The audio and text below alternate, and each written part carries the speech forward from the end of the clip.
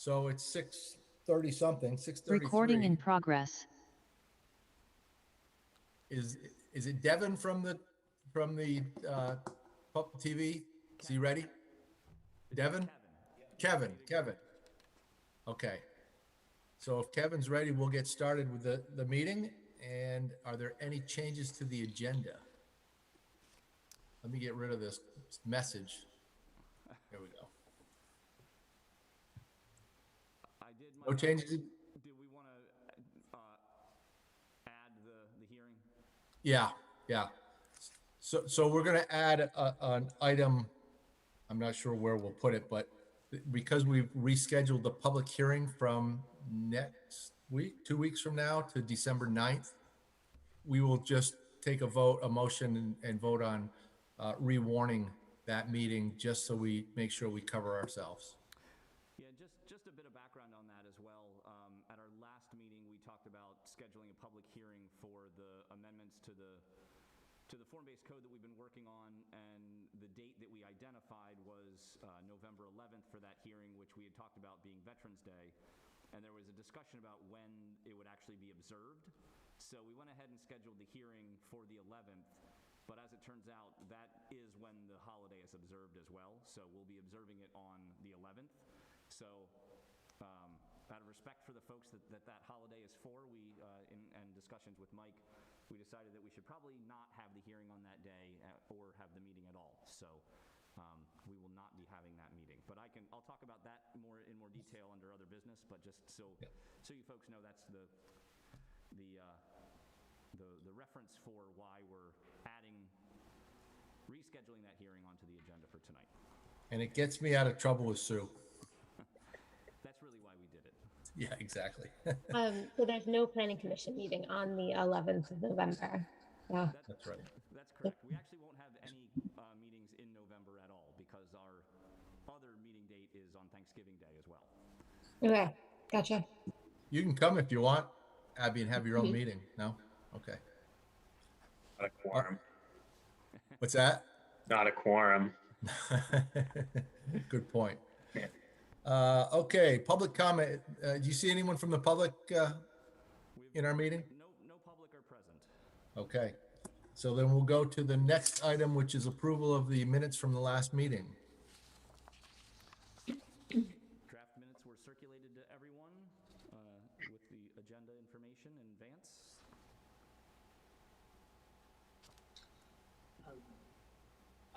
I can move to approve them. Okay. Motion by Sarah. Do I have a second? I can second that. Okay, Amy?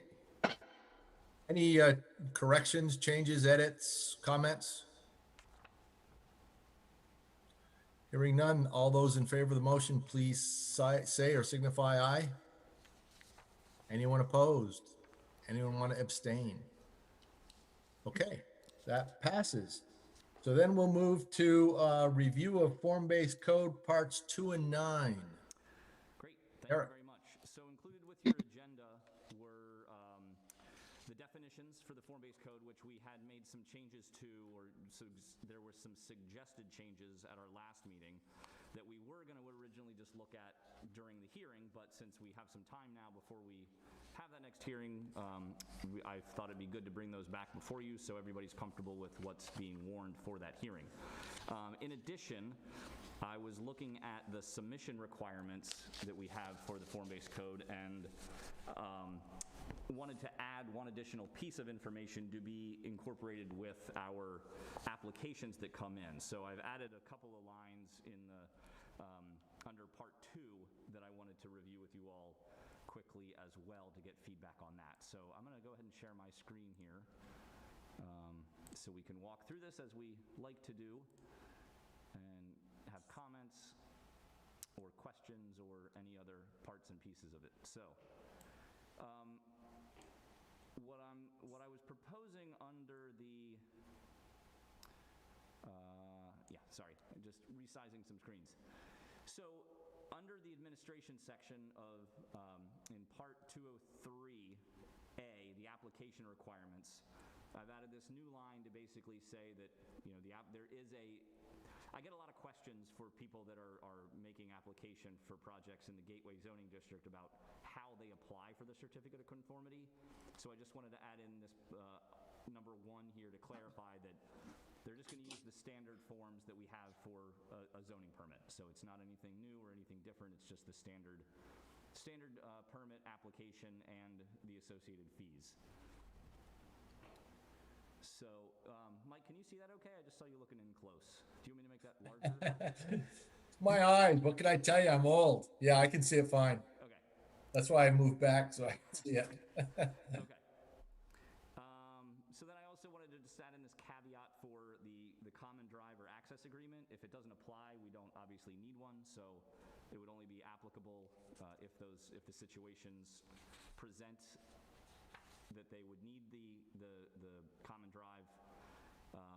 Just reworded this last part that the completed form-based checklists, because there's multiple, there's not just one checklist. And then the big change here, I think the largest addition is item 4.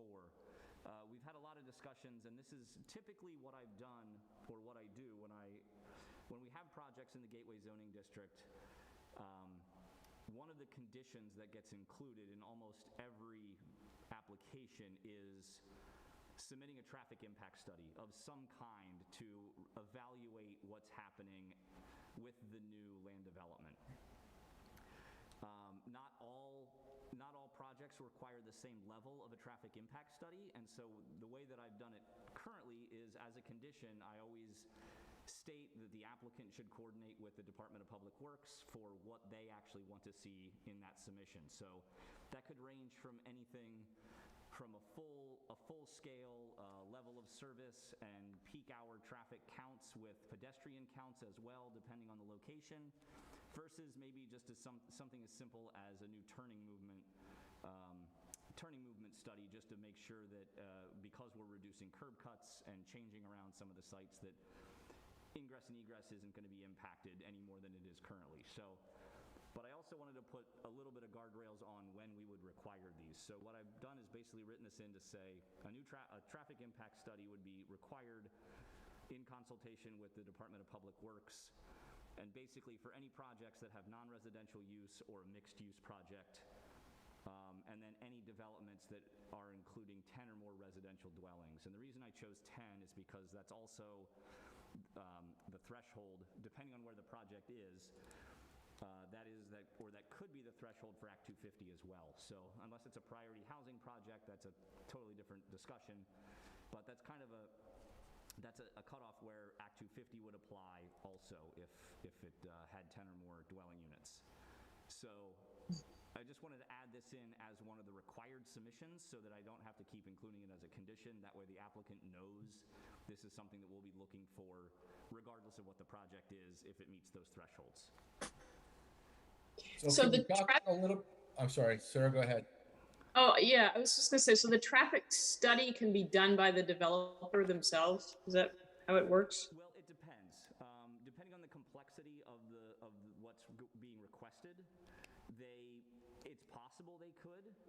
In most cases,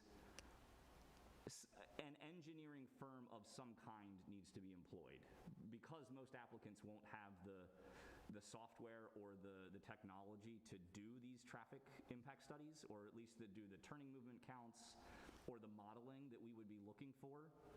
So they would have to bring on an engineering firm. Generally, there's an engineering firm involved in any of these projects anyway, just because of the complexity of the application. So they typically just look to whoever it is that's doing their site development work and just ask them to do the traffic impact study.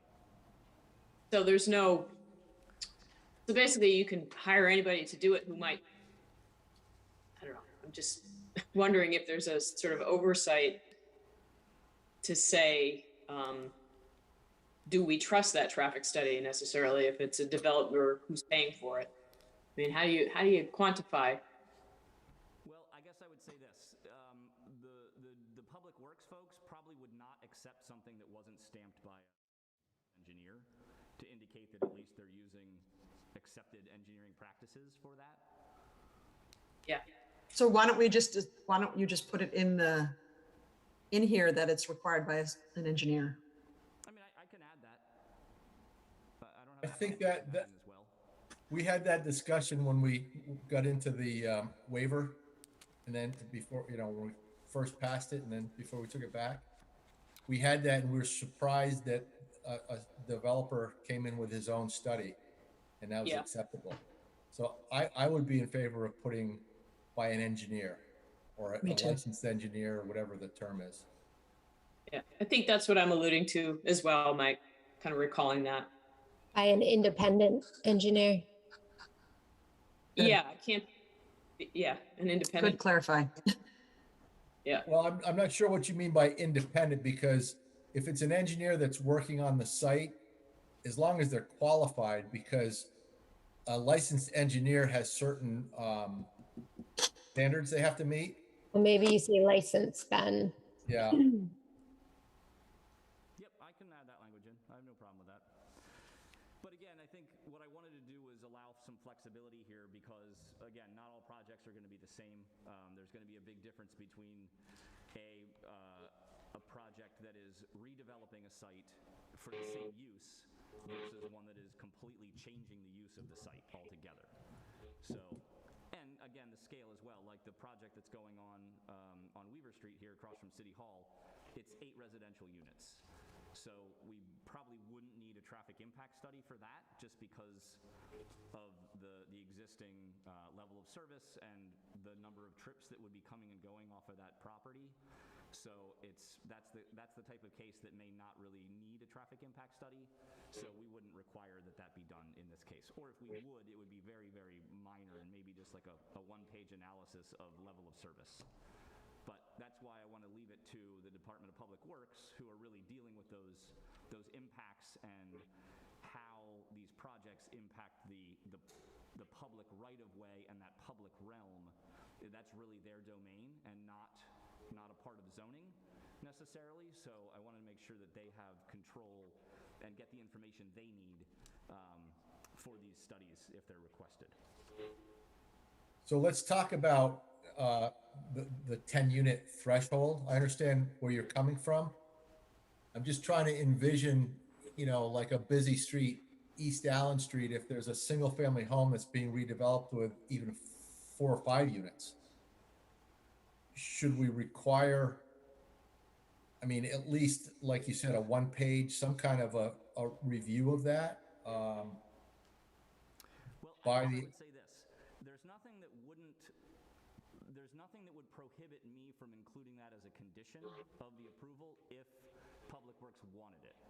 What I'm saying is, in these cases, it's part of the application that needs to be submitted. Right. So maybe some kind of wording that says, we'll include 10 or more units. I'm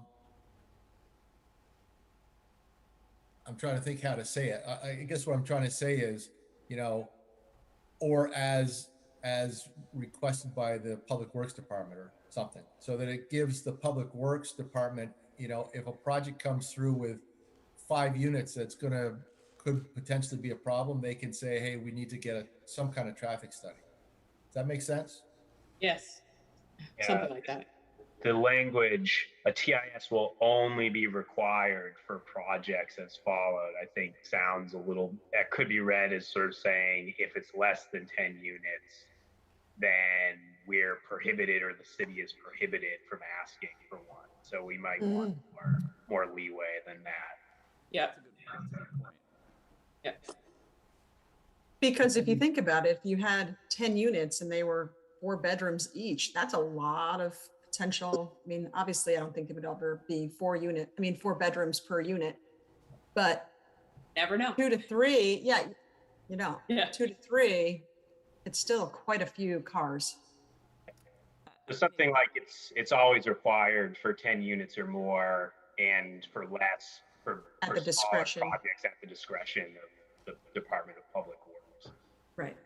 So Brendan, to your point, that sentence is, maybe take the word only out. So a TIS will be required for projects as follows. And then add that other language of less than 10 at the discretion of the DPW or something like that. Yeah, or a TIS must be submitted with an application for a project as follows, Okay. or something, you know, I'll let Eric play with it, but I think he gets what we're saying. I can add that in as well. Okay. So, that is actually all that was added here. Item 6 was already included, so that's nothing new for this section. So, okay, great. Great. Thank you for those comments. So, moving along, I'm going to jump down here to the definitions, and we can look at these again.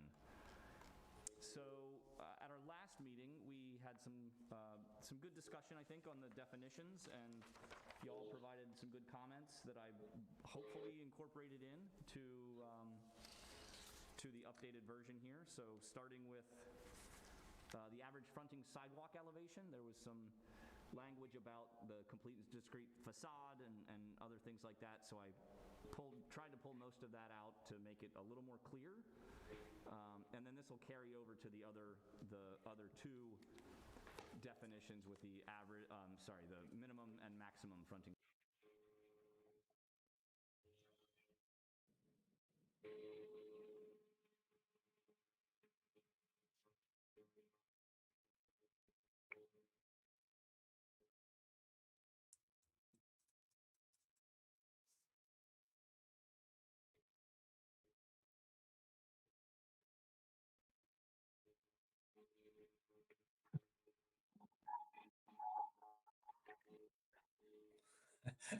You can mention my name if you want when you say that. I I appreciate that. It seems to make sense to me, and it's pretty clear. And especially, I mean, the important thing is if someone has a question that you can explain it to them, Eric. Pretty clear. Yeah, it seems good. Yeah, I think it's good. Good job, Eric.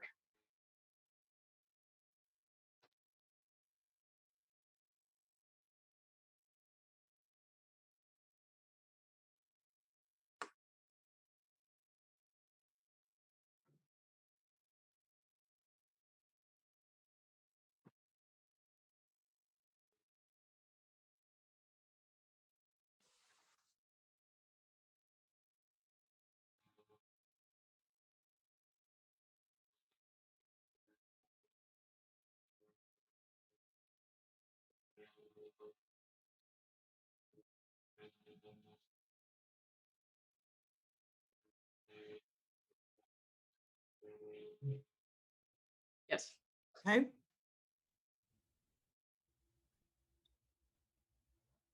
Good.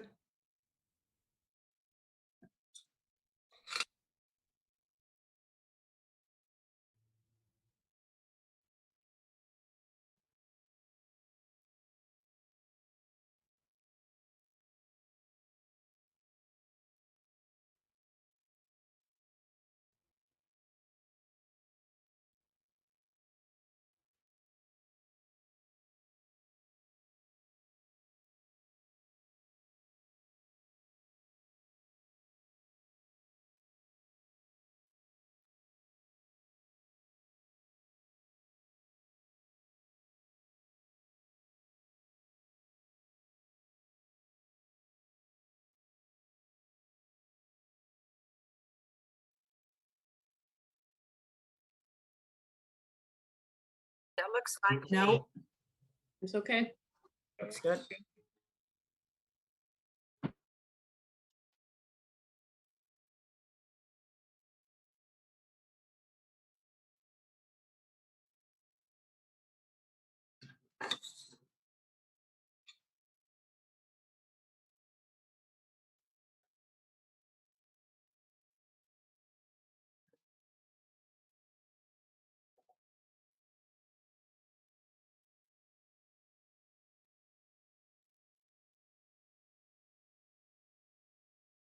That's how That's I what I recall thought. the conversation.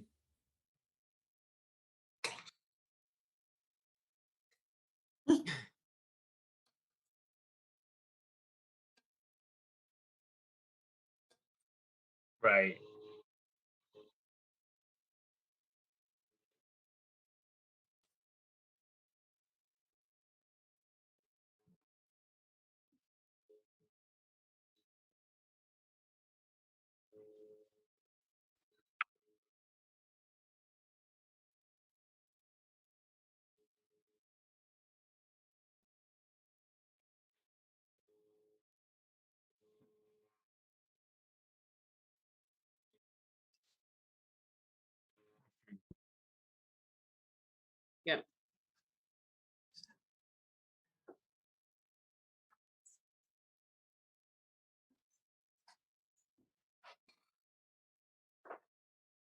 Mhm.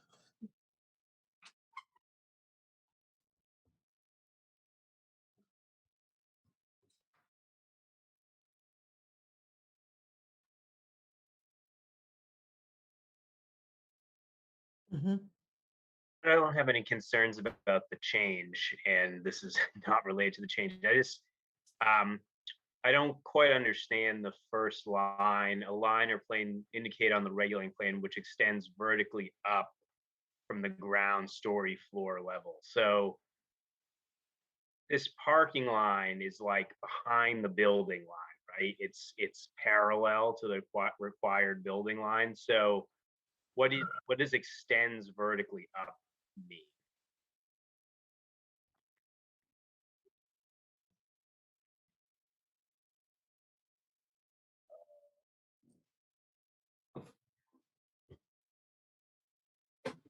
Okay, right.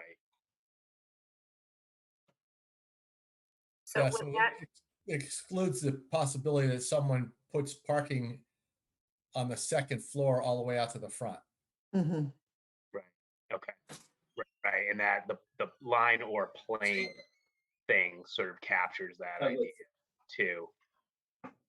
Okay. That's thank you. That satisfies me.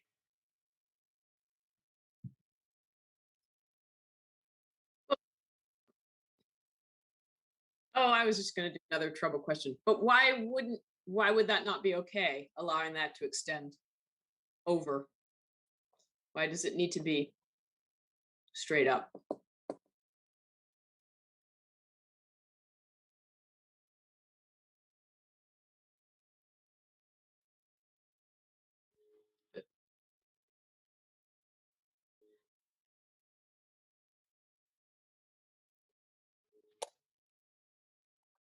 Hmm, okay.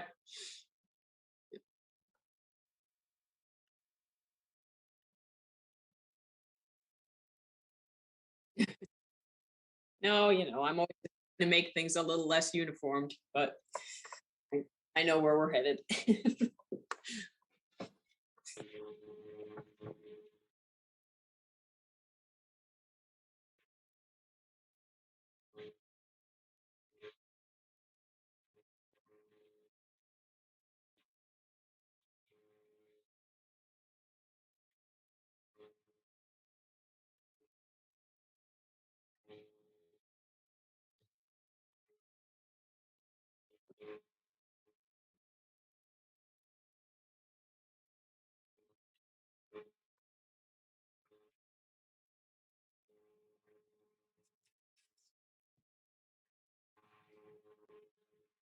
Any other comments or questions?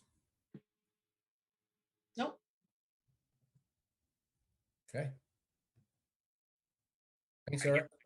This project review committee that even though it's in red, nothing's new there.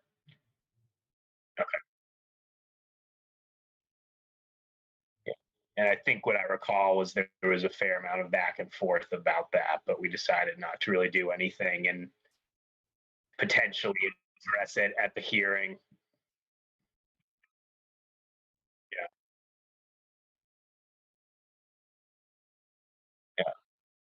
Yeah. Mhm. Yeah. I think that's right.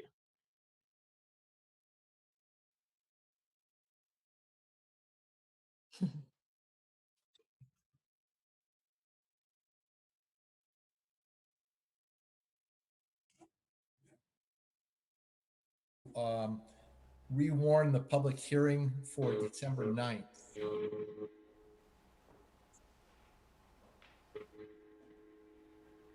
Anybody?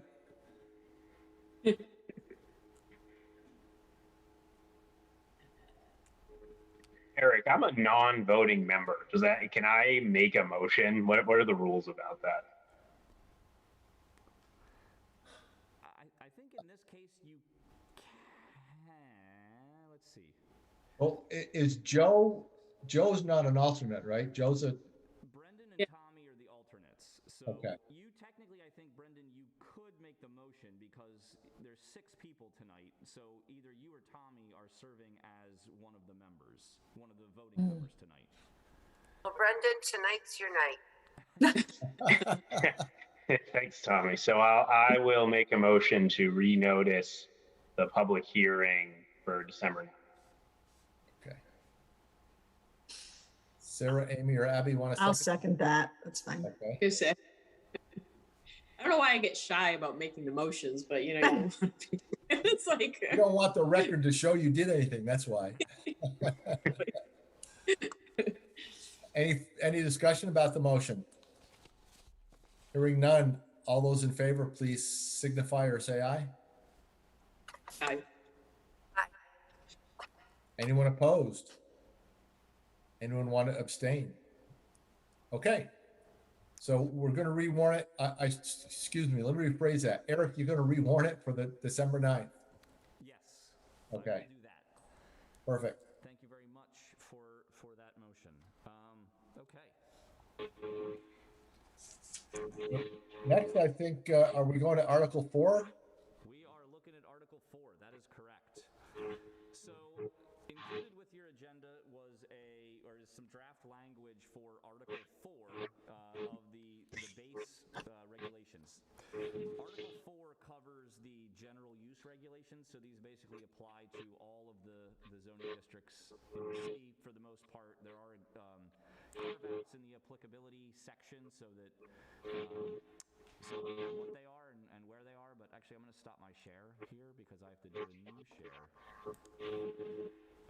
But anyway, so this is where we get into a lot of the details on things like driveways, our design standards, which is where we had previous regulation, or where we currently have the only regulations right now for anything related to historic properties, which I'll say isn't much currently in the standards. It also talks about nonconformities, and the big one I think in this case is parking. Our parking standards are included in Article 4. So a couple of things I want to just highlight here before we start looking at this is, in particular in section 4.4, which is our design standards, I tried to build in some language related to protection of historic resources within the context of where zoning can have any impacts there. The big part of this is, you know, City Council is still working through the report that came out with the priorities in relation to the priorities and policies discussion as far as how to start addressing historic preservation more broadly in the city. So whether that be a design review commission or a historic preservation commission or some other body that they would stand up, that still is work that needs to be done. But there are some things that we can look to currently within the framework of zoning that may aid in some of these the discussions when we're reviewing projects that have an impact on any historic structure. Mostly because while we have our national and state register lists of properties, we also have a section in our master plan that talks about cultural and historic resources and identifies what those are. So the master plan was adopted in 2019 through community discussions and community conversations. So there is some support of those resources currently.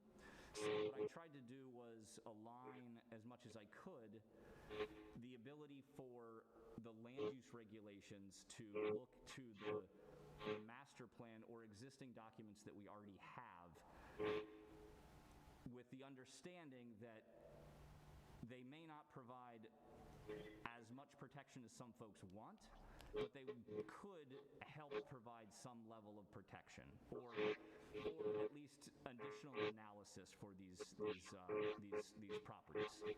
So the other thing I want to highlight, so we'll get to, we'll talk about the details when we get to that section. The other item I wanted to highlight and just provide a little bit of background on is the parking standards. Similar to the historic preservation, we're in the process of doing a parking inventory analysis and management plan. The draft of that plan with recommendations will be going to our advisory committee. They have a meeting scheduled for November 16th. So the draft of the plan will go to the advisory committee. Following that meeting, The plan will go to council for them to review and provide feedback and input before that plan is made final. So there will be some recommendations and some information coming out of that effort that will help inform our parking discussions as well.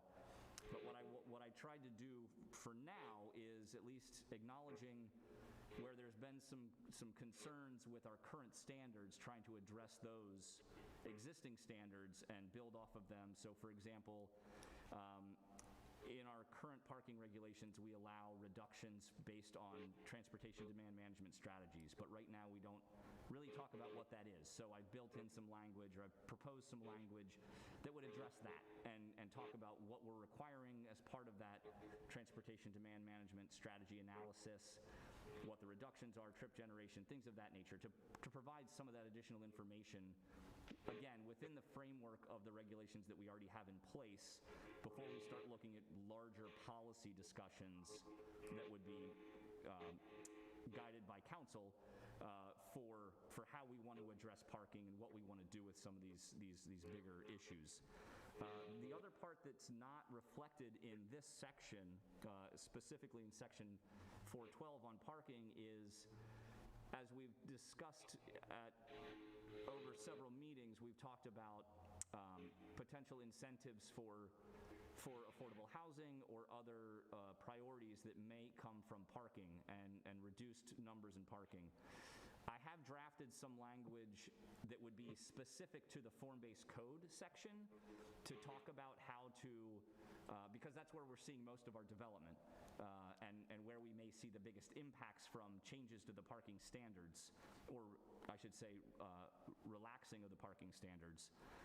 So I have some language drafted that would go into the form-based code section of parking, which I think is in part 8 of that document, which I have not included here yet. So that is something that I will provide at a future date. Presumably, I'm not expecting that we'll get to parking in this section tonight, but so just so that you're aware, there are other carve-outs that I'm looking at, or other language to help support the community's policies and objectives for things like affordability and affordable housing through exchanges for parking. So let's see, what else did I want to highlight here quick? Are there any questions on any of that information before we look at that? About the historic, and maybe this will get answered when it's written. When I was thinking about the historic component, is there anything that would prevent somebody from substantially changing or removing a historic structure at this point? What would stop them? I think that's a good question. Not much. I was going to say, I don't think there's much, quite honestly, that would prohibit that. Even on a building on the National Register can be taken down unless the community protects it. I mean, really, the only way to protect historic structures or historic properties is to have local regulations. As Sarah just mentioned, you know, the state and national registers they're really more of an inventory. They don't provide any protection for historic resources. So in this language that we're talking about, is that our local regulation that would actually protect any structure? Well, I don't know if it's going to go as far as prohibiting those buildings to be demolished, because I don't think, personally, I don't think the zoning regulations can other local standards or some sort of historic review effort. So what I tried to do was work with the existing language that's already in section 4.4 and build in some additional detail, I would say, to to maybe, if nothing else, get a developer to think twice, or to take a little bit more time with how they treat the structure.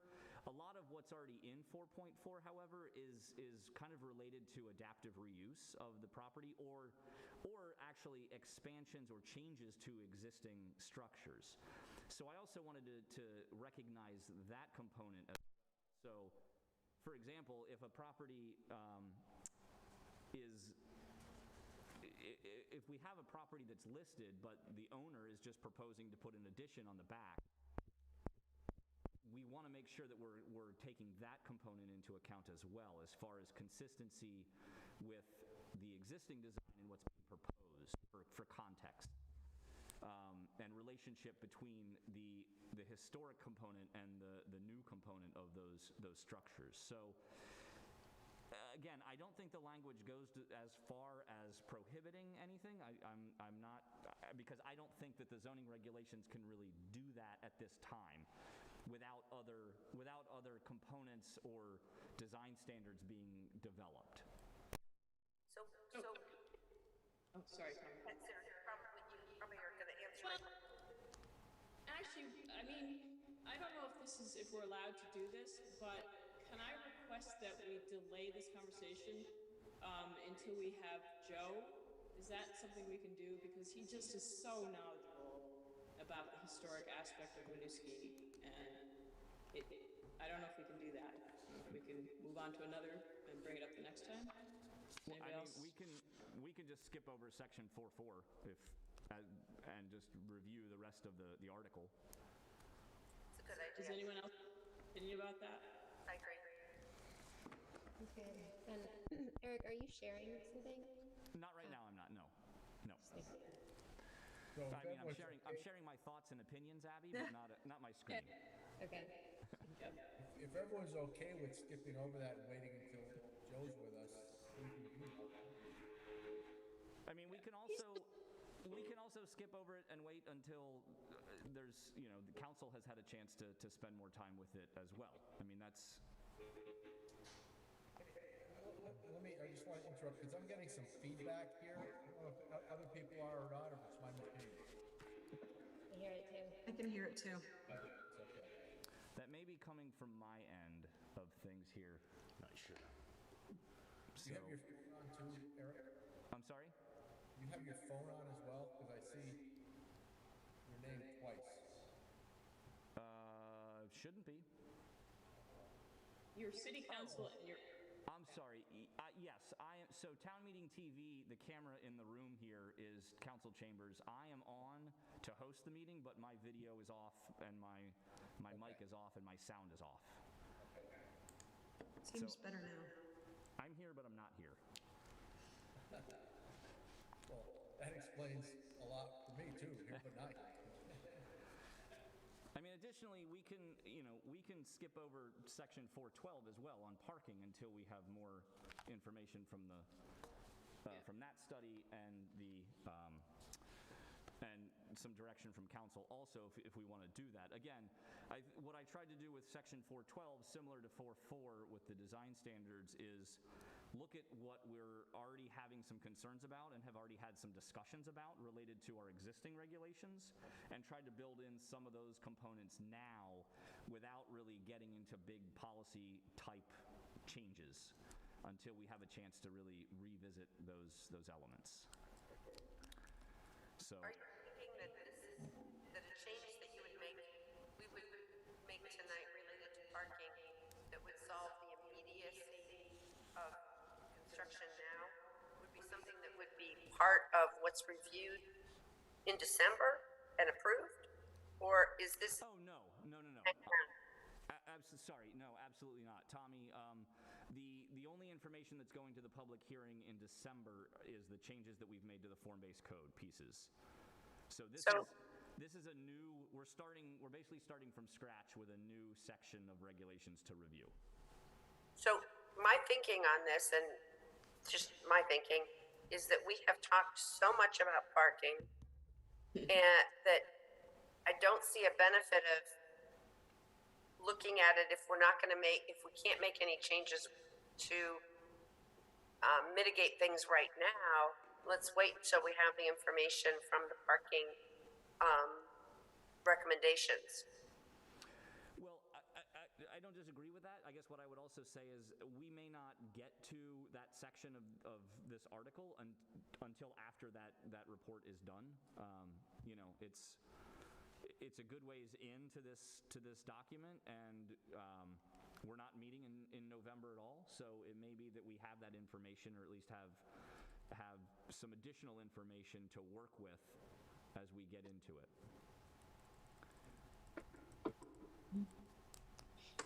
Christine, do you have any thoughts? Up to you guys. We can keep looking at it for some more new information today, but obviously aren't going to do any decision making until the data is in. So maybe Eric, I wonder if can we do like a 5 or 10 minute kind of quick overview just to dip our toes in it? Yeah, sure. Yeah, absolutely. And I guess just to be clear, I'm not trying to push any policy changes or any preempt anything that's going to be coming from other documents. I'm trying to work within the structure of what we have currently, because I know, like I said, there are some concerns that we've been discussing with the current regulations, and I've just tried to add some language or amend some language that may tighten up some of those existing regulations to address those immediate concerns while we get into the bigger policy discussions and address those more holistically. So why don't you give us a 10,000 foot look at those things, and we don't have to discuss them any further tonight, or we can? Yeah, I mean, I guess if we want to do this like we've done with other sections, just start at the beginning and see, you know, what we get through and how far we get through it. And if we get to those sections, we can, you know, tread lightly on them and move on. But happy to approach this however you all feel is appropriate. Well, I know that folks don't want to leave this meeting too early. It's only 7:15. I'm kind of torn, since why don't we do 15 minutes of beginning the discussion of Article 4. Let's see where that takes us. Does that sound okay to everyone? We don't have to like do anything. I think we can just sort of get Absorb. a little bit about what we're dealing with. And just to be clear, you know, Article 4 gets into a lot of other components. So this is also where we talk about, you know, driveways and signs and stabilization of property and abandonments and stormwater and landscaping and lighting. So there's a lot of other components to this than parking and design standards. So, you know, there's definitely information to discuss. Yeah, I'm assuming that there are probably much of Article 4 that you feel is fine, don't need to be revised? A lot of it, yeah. I mean, I believe there's some changes or some minor amendments to almost every section. Some of it's just, you know, formatting and renumbering of items and not any changes to the language, but yeah, so I mean, I think the two sections that are going to have the most conversation for sure are going to be 4.4 and 4.12, I think without question. So why don't we start at the beginning and see where we get by 7:30? Okay. I'm okay with that if you all are okay with that. Yep, it's fine. All right. Well then, I am going to share my screen here again. Actually, I am not yet. I'm gonna get the document that I need first. There we go. Okay. All right.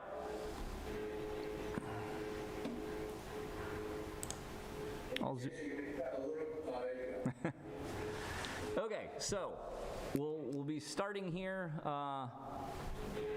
with abandonment and stabilization.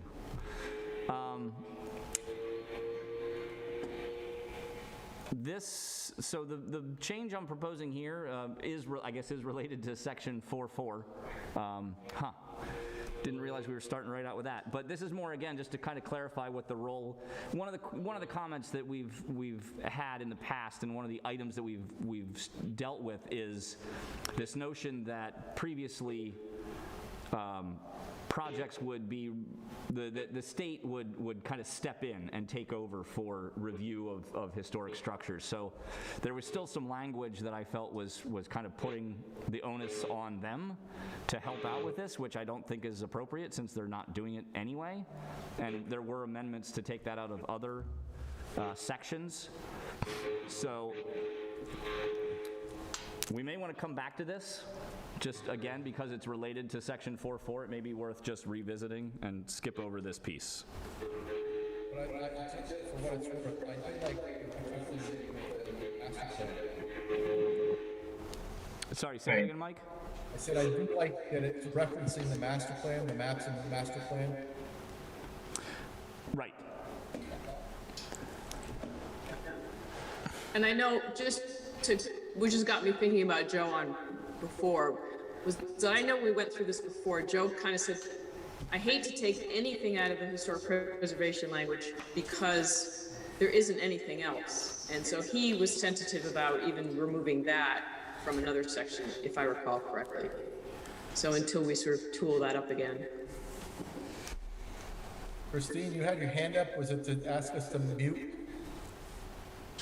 No, I have my notes from the consultant recommendations, and one of them was to create a local register. I don't know exactly what that means, if there's some legal speak there, but I wonder if this cultural and historical resources map in our city's master plan can essentially act as a local register. That's kind of how I've envisioned it, because we already have that, at least in the short term, until or if we have the resources to do a more detailed local register. That's what I've looked to as kind of our local effort with identifying historic resources, because it is included in the master plan. Is that something that can be updated with some of the resources that Brita identified more recently? Yes. And the process to do that is a little bit different because it is our master plan, but I think if we're only updating the map, I think the process is fairly straightforward. I mean, it does require some public hearings and review and approval by the Regional Planning Commission, but I think if we're just doing map amendments, I don't think that's a big lift. So, but yes, we definitely can do that. I wonder, Eric, if we can somehow reference, or unfortunately we don't have a historic preservation group or whatever, but somehow reference, or an approved map by the city of resources. I don't know how you say it, but in case to Christine's point, in case a new map is put up before it has to go through the process of getting incorporated in the master plan. Or maybe it just says, or as revised and approved by the city council or something, I don't know. I'm just trying to think of ways that it could be expedited rather than having to go through the process of revising the master plan.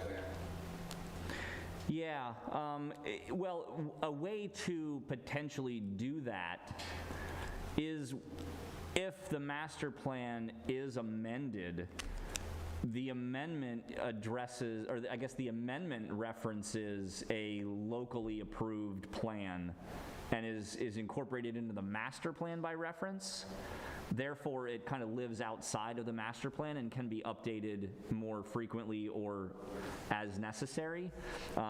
That's how I've, in other communities that I've worked with when updating their master plans, that's one of the methods that, or the approaches that I've taken, is to try to incorporate items by reference, so that when that referential document gets updated, you don't have to go in and amend the master plan. It just automatically carries through.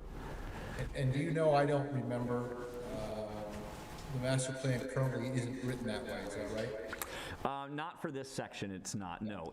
For other sections, it is. For example, we reference, in a lot of the language, we do reference all the other plans that have been done, like the transportation master plan, the economic development plan, the housing plan, and forgive me for not knowing the specific titles of all of them, but they are all referenced in our current master plan as other documents to look towards for a lot of the detailed policy discussion on those various aspects.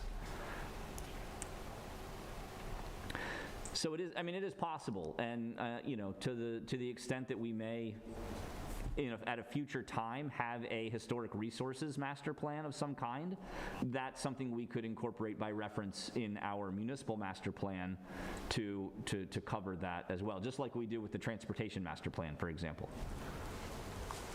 Well, we can address that if and when we get to that point where either we have a new map, or we have a historic preservation committee, or a design review committee, or something. Correct. Yeah.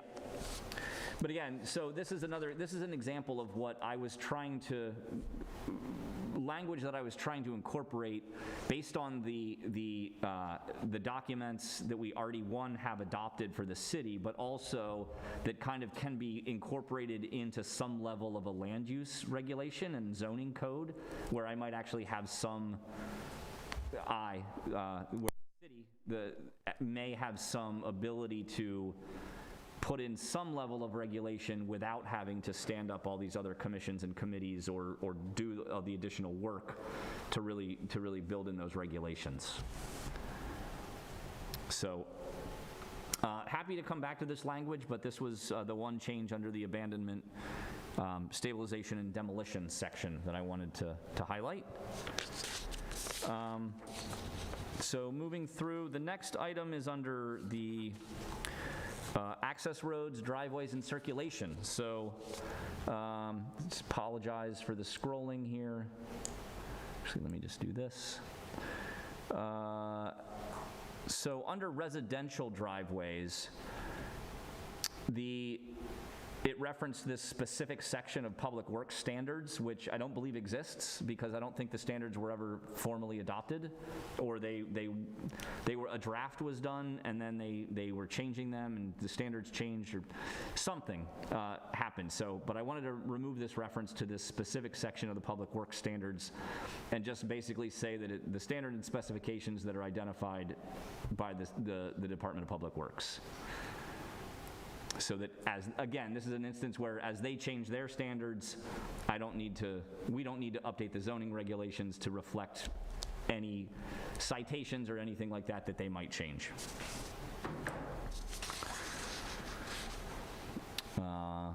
So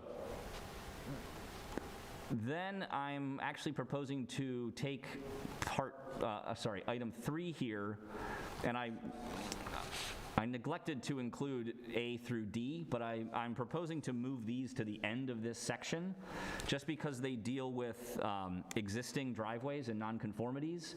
So I wanted to kind of pull them out as their own item. So a little further down the document, there'll be some language on that we can discuss. Okay. So then, okay.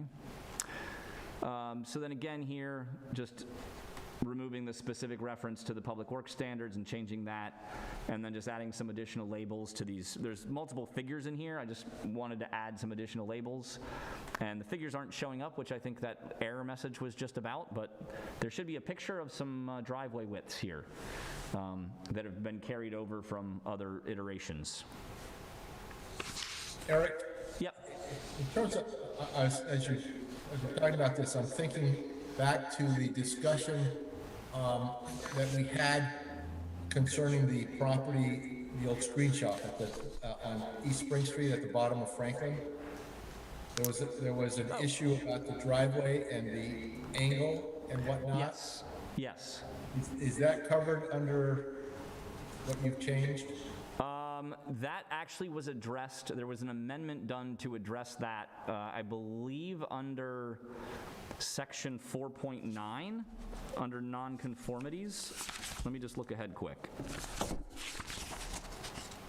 Yes, there was language added under section 4.9, which addresses nonconforming lots, structures, and right-of-way or drive and uses. So, this is slightly different than that section. Should that be referenced here, since we're talking about driveways for multifamily? I think what this section is doing that I'm proposing to move is really related to allowing for existing developed lots that have it like a single car width driveway, to expand that driveway into the setbacks if necessary to accommodate 2 cars. Okay. So it's not, I think it's more specific to the driveway component than it is to that specific East Spring Street discussion, Okay. but we can, I'll make a note to potentially cross-reference that. Okay. And so Eric, if I'm understanding what you're saying, E3 is not being deleted, it's just being moved? That's correct. I'm moving it to the end of this section because so I'm moving it to the end of the section and also changing the language slightly, because right now it specifically, let me just scroll back up to that.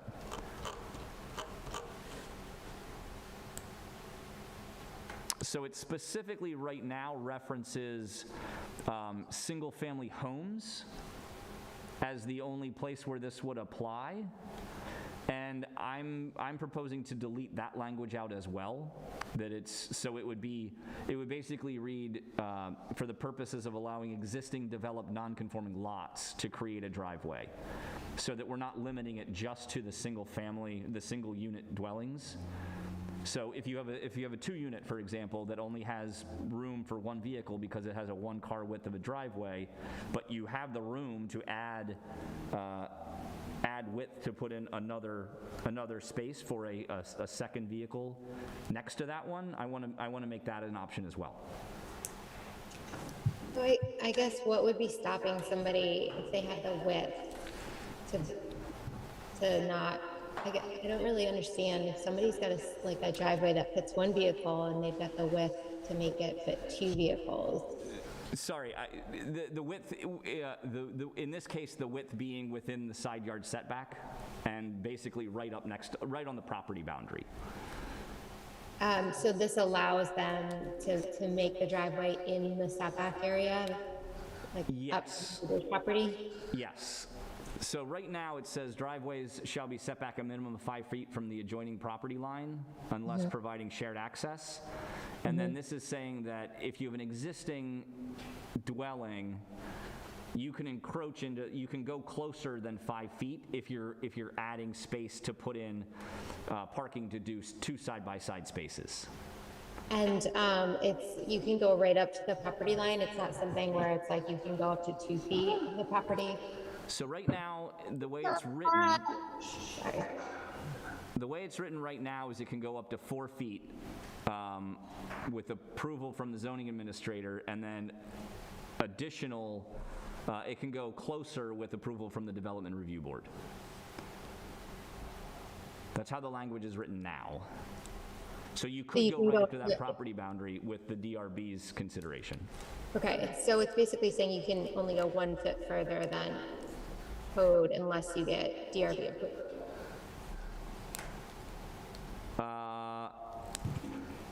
Correct, that's correct. Does this fit into the discussion that we talked about having in the future about changes to the residential districts? And because because it would relate to setbacks as well as frontage, as well as a lot of things that we would want to consider in the residential zones. Yeah, I mean, it definitely could. It definitely could. But it doesn't hurt to have it here.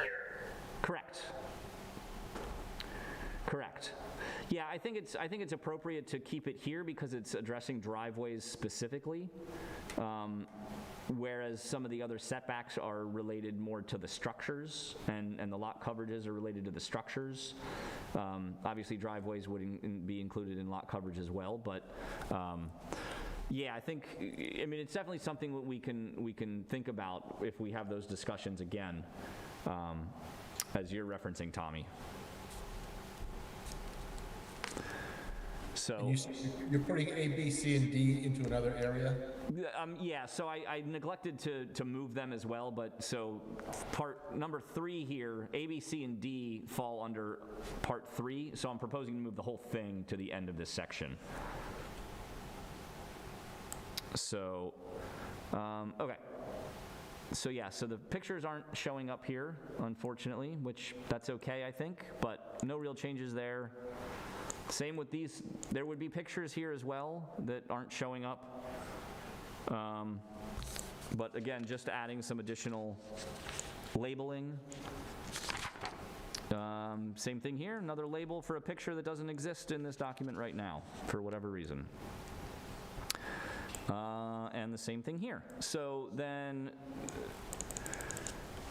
here is where, so obviously I didn't include it here, but the A, B, C, and D would move down to this as well as a new item I.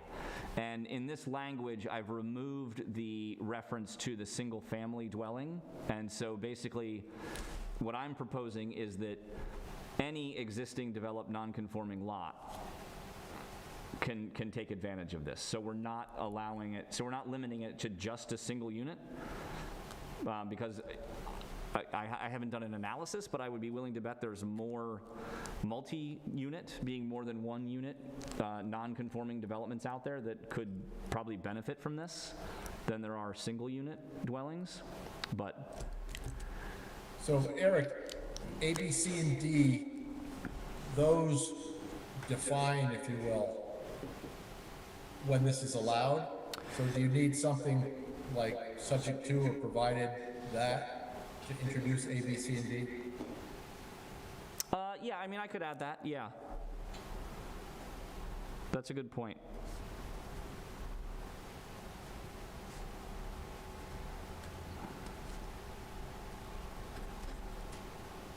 Yeah, I can bring that over. Or sorry, add some language when I bring that over. So, any questions or concerns about eliminating the fact that this was previously or is currently only available to single unit dwellings and making it available to other situations where we have the nonconformity that might benefit from having the ability to add additional space? I just wanted to ask, actually, Abby, are you getting this? My understanding of it is that you can potentially increase the width of your driveway to park 2 cars side by side over the setback, so a foot over what's currently required, or with ZA approval, which I guess is just Eric's okaying it, and then if you want to go up to I guess potentially right up to the property line with your driveway, you can do that with DRB approval. That's correct. Yeah, so that's how I read it, and Eric's taking away that this is only applicable for single family uses, so that multifamily units could take advantage of this too, which doesn't really read. So you, Eric, Go ahead. can you go back up to A, B, C, and D, because I think that qualifies. I mean, it kind of limits, it puts some restrictions on it, I think, if I read it correctly. Can A, B, C, and D be moved with that? It's going to be. It's going to be, okay. Yeah, they will be. They will be. Yeah, I just, for whatever reason, I did not move them in this draft. Okay. So seeing A, B, C, and D, it puts it gives the DRB or the zoning administrator the ability to say no if it doesn't meet these things. You know what I mean? So it's not automatic. Yeah. I mean, I'm just wondering, is the point to be able to put, so say you go from having 2 cars, fitting on that property to 4 or 6, or, I mean, is that, A maximum of 2 side by side, but you're right, they could probably park in, like, if it's the same household, they could park in front and behind each other. Is that what you Yeah. mean there? I guess that's what I mean, yeah, and do we see that as an okay thing? Because maybe it is. I know in Burlington, I had a house there, and we were not allowed to park side by side. I mean, I guess Even though the space. I would look at it like this. There's a lot of non-conforming lots that currently exist in the city that were developed just because that's the way they are. They're either, they're narrow and they are deep. So most of them are developed with a 1-car width of a driveway, whether it be a single unit or a multi-unit or a single unit that's been converted to multi-unit or whatever the case might be. So right now, any vehicles that are parking there are basically stacking. And so the first car in has to have every car move for it to get out that's behind it. So basically this is allowing more parking onto each lot to get more parking. It allows the potential for an additional or some space next to those single width driveways to accommodate an additional vehicle. So to try to shift more parking onto the site if possible.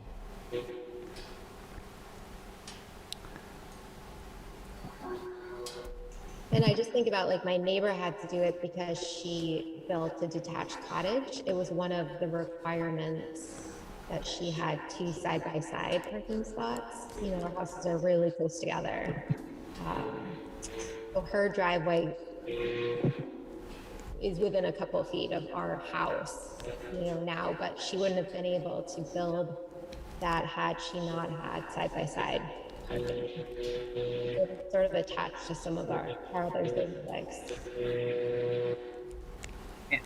And all this is doing, right? Like this was already allowed, right? It was just limited to single family homes, and now like a duplex could do this if they That's correct. if they can get approval. That's all we're talking about here. That's correct. Yeah, that's a really good point, Brendan, is that yes, this is already currently permitted for single unit only.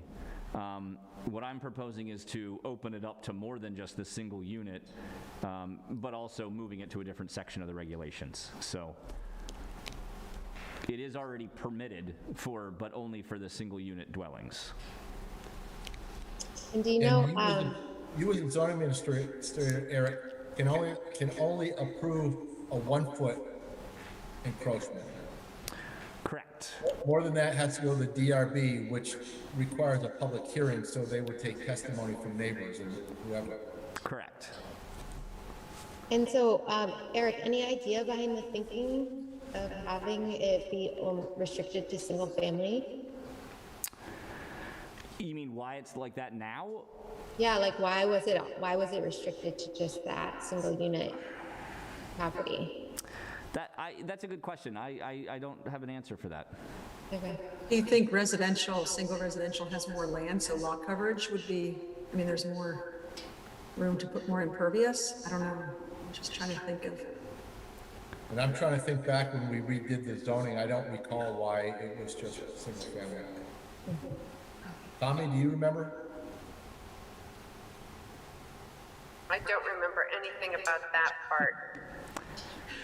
Do you think it's because, if there was I guess it was multi-use or whatever, you could have a lot of cars. Maybe they just want to limit the amount of cars in that one parcel? I don't know.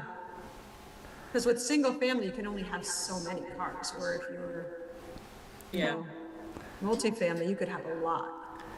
I might push back on that a little bit, Amy. I know growing up, I was living in a single unit dwelling And my family had 8 vehicles, so, Yeah, but that's not normal. well, Let me, that's possible, but, let me chime in because I grew up on Mansion Street and we had a single width driveway and we had usually 4 vehicles plus other folks. And we parked on the grass next to the driveway. So I think that's the other side, is that's what people will do, whether you're supposed to or not, but it's an enforcement issue. Well, my point was that is it a nice way to make some additional parking, which we are struggling with, as long as it's not encroaching, and that's why I asked Abby, you know, is it all of a sudden, she's got a lot of traffic on the edge of her property line, which is unfortunate. I mean, it's kind of a, but maybe it's a way of getting more parking in, which. Good.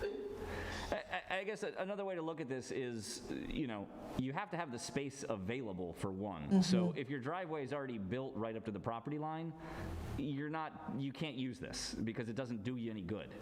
Yeah. So you know, there's going to be limited instances, I think, where this is even applicable. So. Well, and I look at A, and it's, you know, the property owner has to demonstrate that because you need physical characteristics of the lot required. So if it's a flat lot and there's room otherwise, it shouldn't be allowed. Right.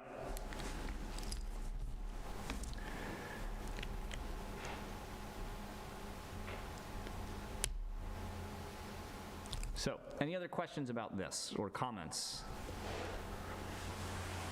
I think this is one of those things that we probably should just chew on and revisit after we've had a chance to really think about it. Sure. I do think I just wanted to, I guess, I do think it would be good to have more parking, but I also don't want to increase impervious surfaces, because I feel like a lot of it isn't getting treated either within the residential. So anyway, it's just some thoughts to think about. I agree with that. Eric, let me interrupt you because I don't have my clock disappeared from my computer since you're sharing the screen. Quarter till. Okay, so is this a good place to cut off? It's as good as any, I'll say that. Okay. Because I said 7:30, it's 7:45, so. I guess the other thing that I would say to this is just, you know, this is only for existing driveways. Anything that's newly developed is going to have to follow a different set of standards. So this is only for existing driveways on non-conforming lots. And And we a don't- 1-foot encroachment. So it's like, I don't know, you'd have to sort of be 10 feet from the property line, and then maybe you could widen your driveway 6 feet, so you could be 1 extra foot within the 5-foot boundary. I just feel like this maybe is not, plus you have all the other requirements, A through D, so I think this is, I don't know much about this, but it feels like it won't come into play very often to me. Well, I mean, I can say I've never run into this. I've never had anybody come to me and say, "Hey, I need to expand my driveway by a foot." So you know, I've never dealt with this scenario, but I'm sure there's instances where it could occur. But again, I mean, we're talking about pre-existing non-conforming lots where the driveway is 5 feet from the adjacent property boundary. And I think that's a key. The non-conforming lots are probably so tight that any driveway is probably up to the property line anyway.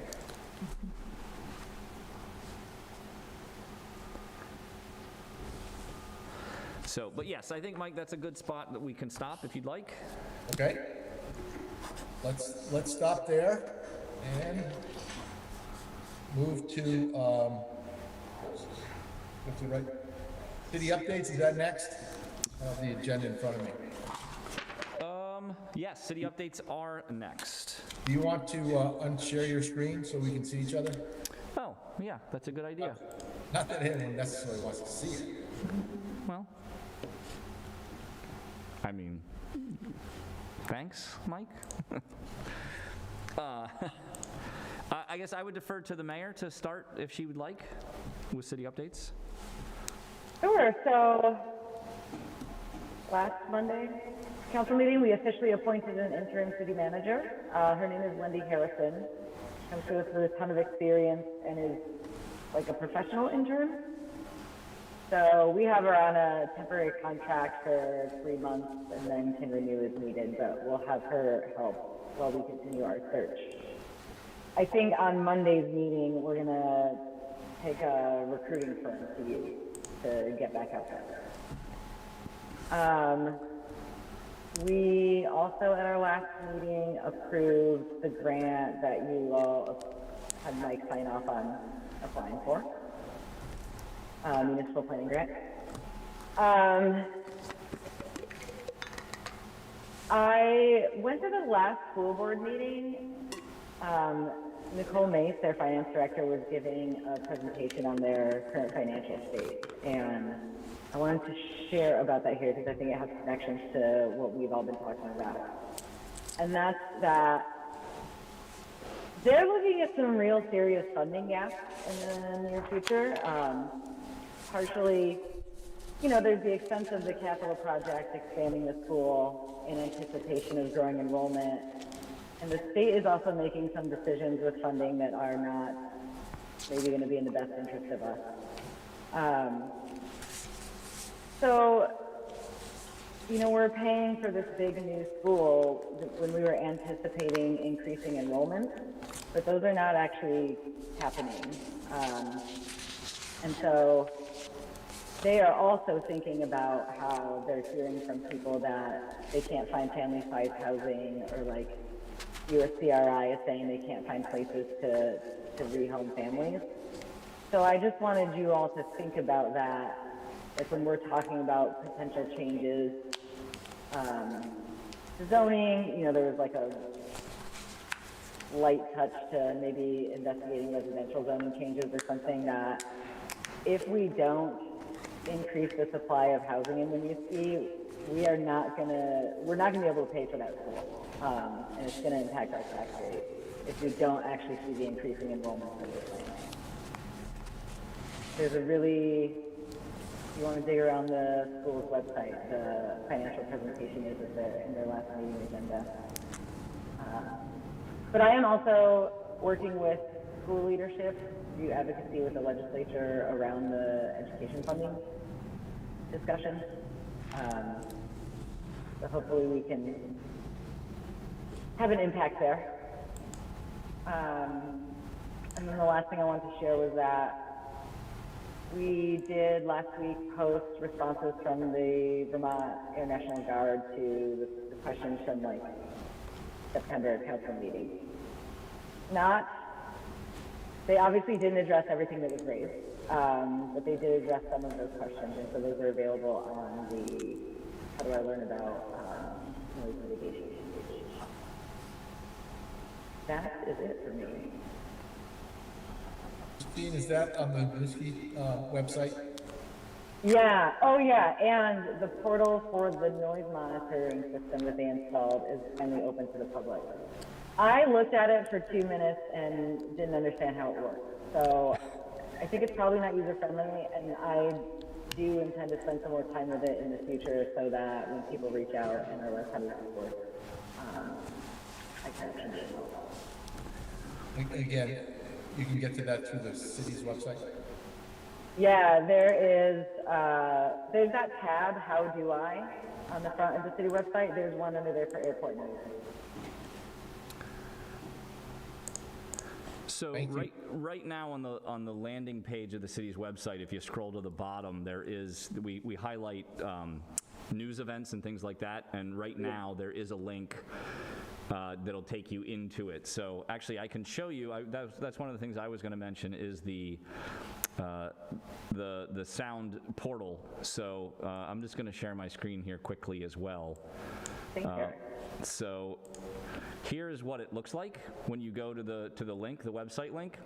So you can see the different radii, and then when you so the two stations they have right now are the one at City Hall, which is this one, and then the one in South Burlington at the school, the Chamberlain School, which is this one. So one of the key things to keep in mind if you're looking at this information is you can see that right now it's 7:53 p.m., but they're running at 7:43, so they're about 10 minutes behind on the reporting.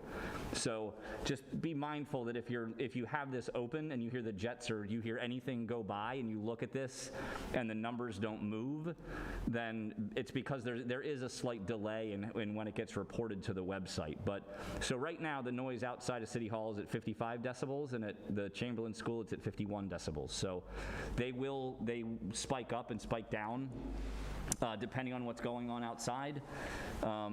Throughout the day here at City Hall, normally with some of the activities that are going on, this is usually around 65, 68, 70, somewhere in there. So give you a little context for what you're looking at. But this is the site, and other information will pop up on it, which I believe are flight tracks for airplanes, but I'm not exactly sure what it all means or what it looks like either. So like the mayor mentioned, and you can also go back and replay a certain timeline of items, and you can actually comment directly through the site on this. So anyway, this is all linked in off of our website right now through that question and answer portion.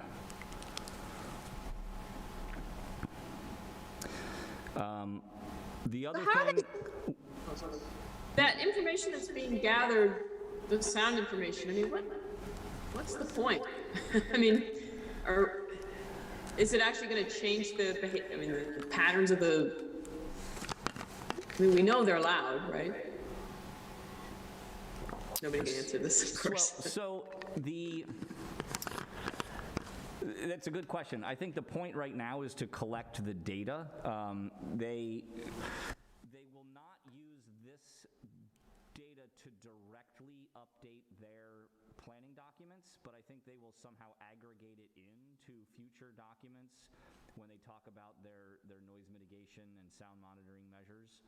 And I'm drawing a blank right now on the specific names and studies of those documents that they put together. But basically the planning that they do that led to the latest round of identification of properties in the 65 decibel range, the 70 decibel range, 75 decibel range, they won't, like I said, they won't directly use this data to say, oh, well, at Winooski City Hall, it's this, so we have to adjust all of these properties into this new decibel range. But they will, I think they take it as an aggregate and with other sound monitoring data to just kind of get a sense of what sound levels are being reported. Mostly because, there's other things going on. Like this is also the one here at City Hall sits right next to the railroad tracks. So when a train goes by, it's also picking up the whistles. And when sirens are going off or the construction that's going on across the street, it's picking up all that noise activity as well. So it's not going to be a direct apples to apples comparison. Okay, thank you. Those are I think it's just called the noise contour lines. It's part of the airport. Yes. I think every 5 years. It's supposed to be updated every 5 years. I don't know if Christine knows, or 10 years, I forget. I know the last one was more than that. I lean towards 5, Mike, but I am not certain. I think it's supposed to be 5 too, but I'm not certain either. That sounds right. I feel like there's been talk of a FY23 update, so that would kind of align to a 5-year. But it's some interesting information, so it's out there.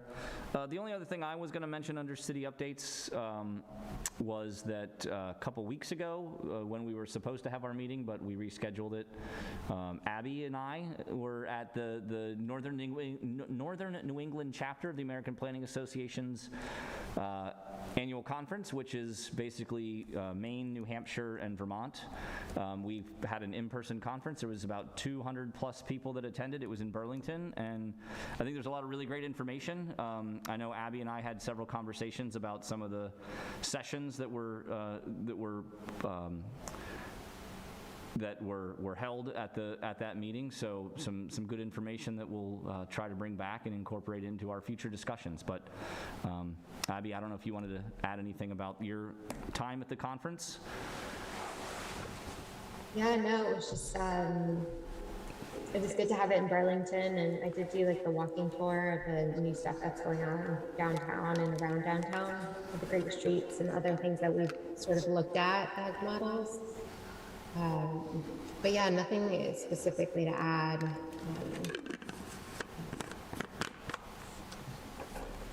Just good to Okay. see a lot of Anything planners in one room. Anything else, Eric? That's all I had for city updates. All right. How about other business? Is there any other business? And I know Eric will talk about our next meeting, which is December. Yeah, so as I mentioned at the top of the meeting, our November meeting dates both fall on holidays, Veterans Day and Thanksgiving Day. So I believe the plan is to cancel both of those meetings. So we will take the month of November off. And then we will meet again on December 9th, which will be our first meeting in December. And I believe, I don't know if I've looked at the calendar closely enough, but I think our second meeting in December also conflicts with the Christmas holiday. Yeah, I think we talked about it'll be the 23rd, so we're talking about just doing the one meeting in December. So that December meeting may be our last meeting for the year. So that will hopefully give us some time to get some of these studies wrapped up and some of the recommendations presented, but we'll have our public hearing on the 9th on the amendments that we've already discussed for the form-based code and potentially consider forwarding those on to council for their consideration. Okay. Anyone else have any other business? It's not business, just very quickly, Christine, the information from the school finance person or that meeting, that's on the city's website as well. It's the school district's website. They have a space for the board, and that has the agendas. And so the last meeting agenda had a finance presentation linked in it. Okay. Thank you. Can I also ask, I mean, if you're allowed to answer this, are you surprised at this information? Did we see this coming? Is this COVID related? Is this? It's not COVID related. So there was some changes to special education funding through a legislative act a couple years ago that aligned with the recommendation to update the weighting, the pupil weighting, which is part of the education fund calculation. So the special education funding changes have decreased how much resources we're getting in Winooski, and updating the weighting formula was supposed to counteract that, but now the task force that's dedicated to like figuring that out doesn't want to do that anymore, and they're looking at a different funding mechanism for ELL, which is obviously going to have a huge impact on us. So we're already losing some funding. If they continue down the track they're going, we think we're going to lose even more money. And the enrollment piece of things, I think, was clearly not anticipated when, you know, folks were out pounding the pavement for this bond vote and the school growth. I don't know. I feel like that's really been coming to a head more recently, seeing those changes. Well, that's serious stuff, actually. Thank you for bringing it to I us. suspect they were kind of leaning on the fact that the student population had grown because of the New American. And it had been trending that way for a number of years. So the projecting out. Right, and I think they may have continued that. I don't know how they did it, but whatever. It's unfortunate. So it's also the cost of housing that families can't afford. Is that part of it? Can't afford to stay in Winooski? Yeah, it's part of it. It's the, you know, it's family size, it's the cost of living here. There also, you know, over the previous presidential administration was just a massive reduction in refugee resettlement as well. There's a couple of factors. Okay, thank you. Anything else? Brennan? Did you have something, Brendan, or were you just waving? No. So if there's nothing else, I'm looking for a motion to adjourn, and we'll see you on the 9th of December, and everyone have a great Halloween, Thanksgiving, all that stuff. Oh yeah, Festival of Pumpkins this weekend. Let's go with pumpkins, that's right. I motion to adjourn. Okay? Is there a second? Go for it, Brendan. Second. All right. My big habit. All in favor? Okay. Thanks, everyone. See you next time. Thanks, Christine. Thanks, Eric. Thank you all. Have a great evening. Bye, everyone.